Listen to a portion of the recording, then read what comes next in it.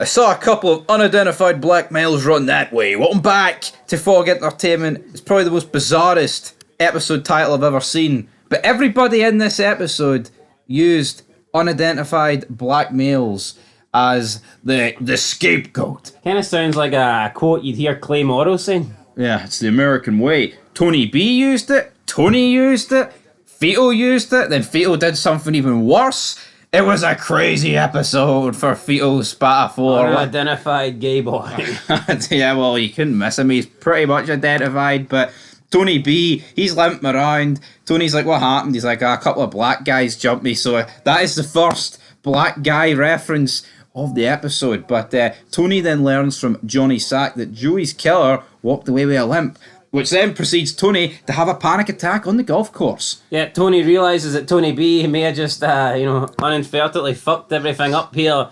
And we see Tony going back to his, his fucking sad days of taking panic attacks. Still find it a little bit hard to believe that this respectable big mob boss is, he gets a wee bit of bad news and he's clutching his heart.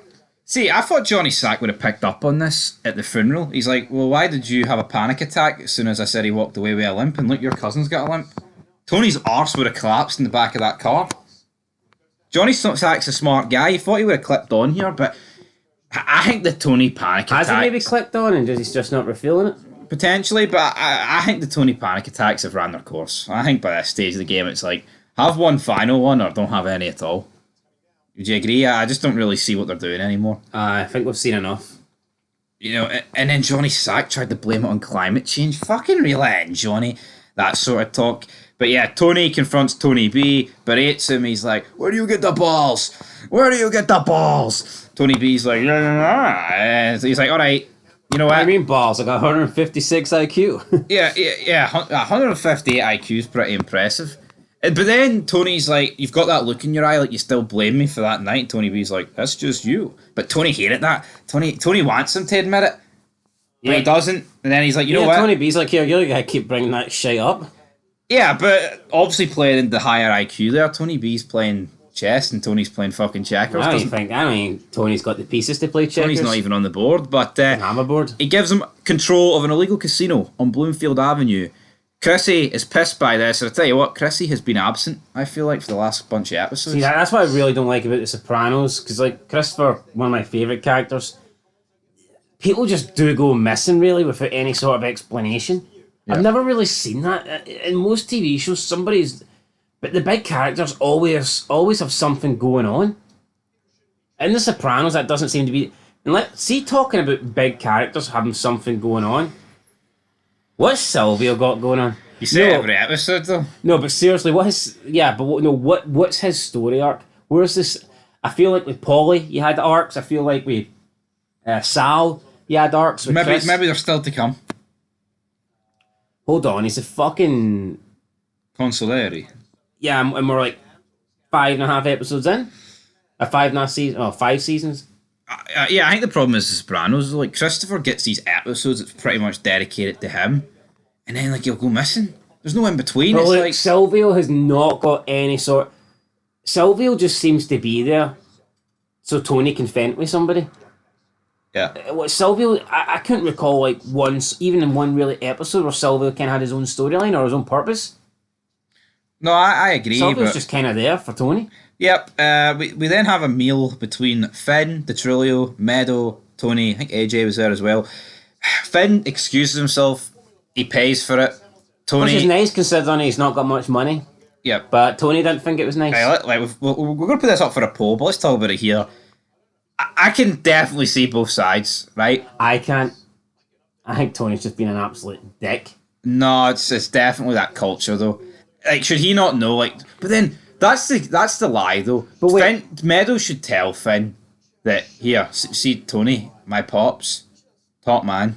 But then that might scare him off. Which, judging by this episode, it definitely would. So I don't know, but Tony's okay with this guy, like, freeloading every meal. But Tony's point was, you don't pay until you've got a family of your own. But then how does that work?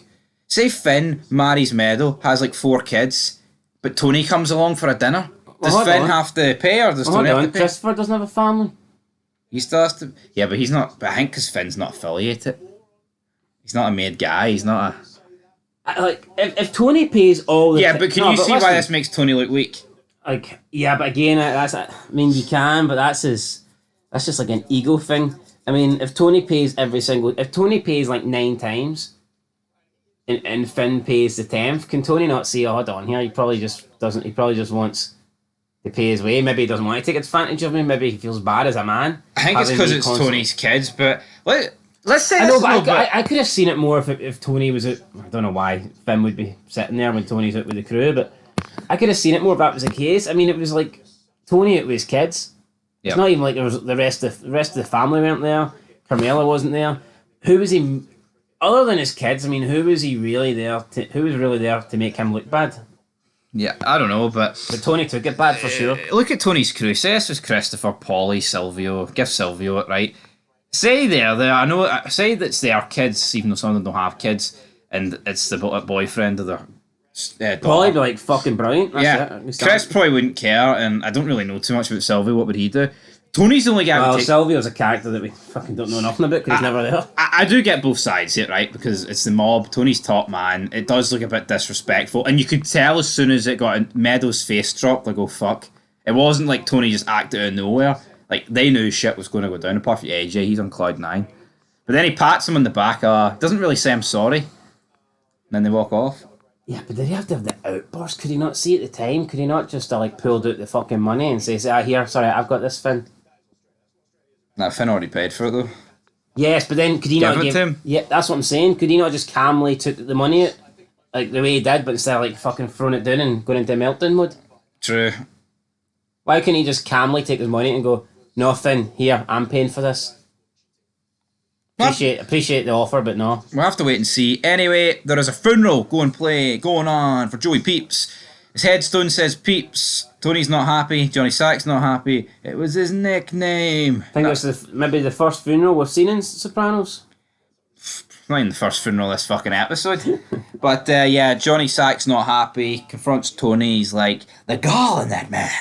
Then he points to Tony B. He's like, some drunken Irish sailor spotted Tony B down 3 blocks away for where Peeps was murdered. It's like, Tony's right though. He's like, what, you going to trust some fucking drunk over me?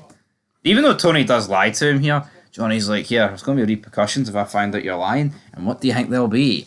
Dire consequences. Anyway, Finn gets a job at the construction site. I think there's some pretty funny scenes here, but you see Polly acting like a dick to him, finds out it's Meadow's boyfriend, and he's like, oh, here's money, take my niece out for a fun meal, all that stuff. Eugene then punches little Polly. He's like, you already know, sweetie. Damn. Eugene busts little Polly's eye open. You think Finn took this as a little bitch? Like, I believe so. He was crying. Not near enough fucking being sick over a punch. Jesus Christ, man, what? Then he can't sleep. And he decides, well, you know what? I'm going to go to the construction site a wee bit early tomorrow morning. And what happens? Oh, well, I don't know how you explain this. Well, Fetal. Yeah, he Fetal did point out that it was actually a bunch of black guys that battered little Polly, so there's your second black guy reference of the episode. Well, he arrives early, and it appears that Fetal was also there early. An early rising, and yeah, we see Fetal riding shotgun in a car, but he was also sucking a shotgun at the same time. Well, we just see some random dude getting head and full auto shotgun. Like, fair enough. That's a bit fucking weird. Then this big fat head just raised up, and it was Fetal, and Fetal was he was giving some guy. So Fetal's gay, right? That's the big reveal here, right? But why the fuck would he do it where they work? Out in the open? Yeah, it feels like that was just for plot purposes. Like, I can't imagine. Like, I get it, no one was supposed to be there. Finn purposely went earlier than, 4 hours early. And then he notices Fetal. Right, I think at this stage, Fetal's got to drop this guy. Hell, I think he's got to drop both of them. I would imagine so, yeah. Finn's taking a piss. Fetal opens the porta potty. You sound like a racehorse. Can I see? Can I see? All right. Then he says, right, you know what? I've got tickets for the New York Yankees game. How about you come with me? And then it's like, right, is this Fetal going to whack Finn? Finn's freaking out. He tells Meadow about what's going on. Meadow doesn't really buy it. Finn then proposes to Meadow. If he marries into the Soprano family, will Fito back off? Or will Fito try to pump him? It's a bit difficult taking out one of Tony's son-in-law, isn't it? Absolutely. Tony then reveals in his traumatic session with Dr. Melfi that his panic attack started that night Tony B got arrested and he wasn't actually beaten up by unidentified black males. The third unidentified black males joke of the episode. Jesus Christ, saw a couple of black guys run that way. But yeah, Tony's not happy here though. He's pissed off. Carmela and him look like the divorce is edging closer. Then Carmela receives a phone call from Meadow saying that she's engaged to Finn. Carmela starts crying. She looks out at the swimming pool and Tony is swimming like a duck. To end unidentified black males. For me, it's the beginning of the best story arc of this show. Who would have thought Fito being gay would have been the best story arc in this show? Yeah, I mean, who would have Well, you don't know if it is like you can... Well, who would have thought Fito would have been gay? Yeah, but Finn was getting too much focus this episode. You knew something.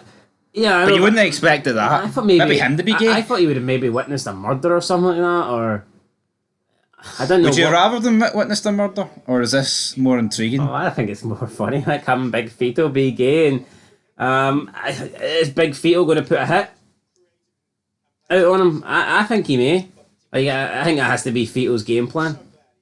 Yeah, but this episode I thought it was good. I'll give it a 7. I'll also give it a 7. Solid episode, I enjoyed it. It's about time Sopranos will start hitting the 9s and 10s of this world, isn't it? Yeah. They don't really do that. Anyway, that's it for unidentified black males. 2 white males. Signing out.